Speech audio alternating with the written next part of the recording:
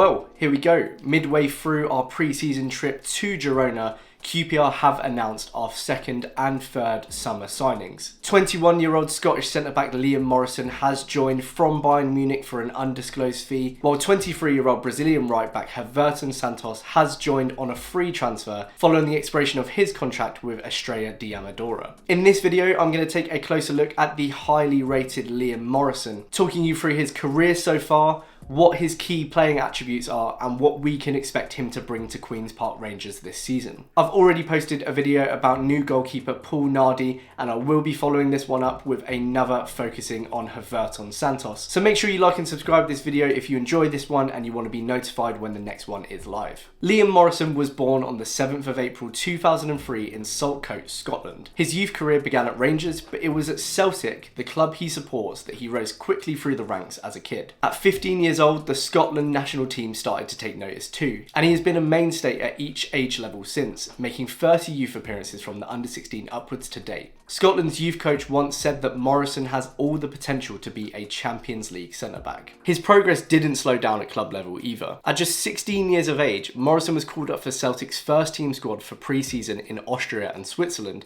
making his senior debut in a 6-1 win over Pinkerfield. The young centre-back had impressed, and he looked likely to be in the conversation for the first team squad for the 2019-20 season. The problem for Celtic, however, was that his rapid development at such a young age hadn't gone unnoticed. Multiple clubs across Europe had been keeping tabs on Morrison, and before the boys could tie him down to his first professional contract, another big boy had entered the conversation: Bayern Munich. Morrison has been quoted as saying that he initially thought that Bayern's interest was a joke, but it was anything but. In August 2019, despite Celtic's many attempts to convince him to stay, he signed for the Bavarian side, citing the appeal of a clear pathway to the first team as his main reason for joining. His progress continued in Bayern Munich's academy under coaches Miroslav Klose and Martin Demichelis. In his first season at the club, he featured 14 times for the under-17s, scoring twice, and the academy started to liken him to a young Mats Hummels. And the world of football continued to notice.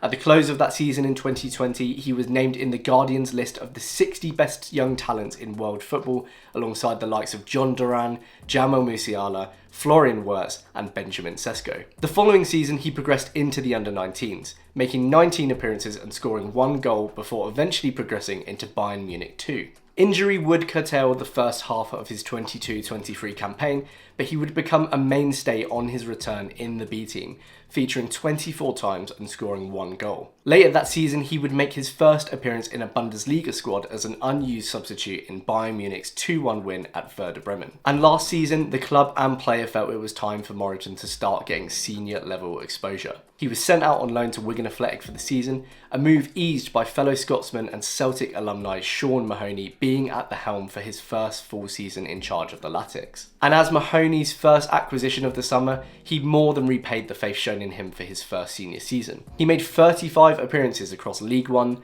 the EFL Trophy, FA Cup and League Cup, scoring twice and playing his part in 13 clean sheets. Wigan would end the season in 12th place. His overall performance across the season was very impressive for a player of his age, but of particular note was his performance against Manchester United in the FA Cup back in January. Wigan may have lost the tie, but Morrison earned rave reviews for how he coped with both Rashford and Højlund, winning 3 out of 3 duels, 2 out of 3 tackles, completing 9 clearances, and boasting an 87% pass success rate. Many fans joked that he still had Rashford in his pocket after the match. With so much praise from Celtic to Bayern Munich to the Guardian to Wigan, this is a signing I'm really excited by. He's only 21, but on paper there are all the signs of a player with bags of potential to develop at QPR, and I can't think of a better manager, or indeed a pair of centre-backs in Steve Cook and Jake Clark-Soller for him to develop under. So what kind of player is he in game? Well, as already mentioned, in Germany he was described as having a touch of Mats Hummels in the way he marches out from the back with the ball at his feet. The Bundesliga website said that the 21-year-old is the very definition of a modern centre-back, combining century-like qualities with cultured build-up play.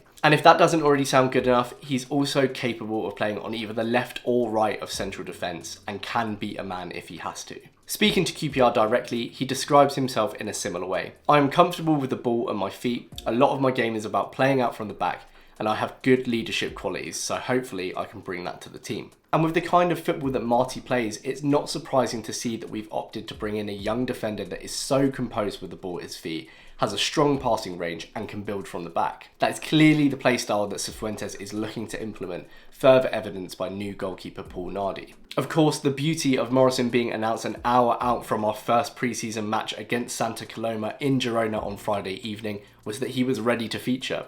And it's very reassuring to see that Cifuentes opted to start him in the first half. Morrison got a 45-minute run out, he looked composed in possession, and he showed a few times that he certainly can pick out a pass. He wasn't really tested defensively though, so we'll have to wait to see how he fares in that regard in the coming games. Wigan and many neutral League One fans have spoken positively of him too, noting his impressive passing range with an 89% passing accuracy from 1,500 passes last season. Some have noted his occasional physical weakness in aerial duels, but at 6 feet tall and just 21 years old, I'm optimistic this is an aspect of his game that can be sharpened up in the coming seasons. It's going to be really interesting to see how Morrison fares over the course of pre-season, because I think this is a player that we're going to be seeing in and around the first team squad next season. If Jake Clark-Salter does depart, he may even slot in straight next to Steve Cook. But even if he doesn't, I imagine we'll be seeing him for some cup appearances and likely off the bench too. As you can probably tell, this is one I'm very excited by, so let's watch this space. I'd love to know what you think too about this signing. Are you excited by him? Is he someone you would like to see get first team football next season?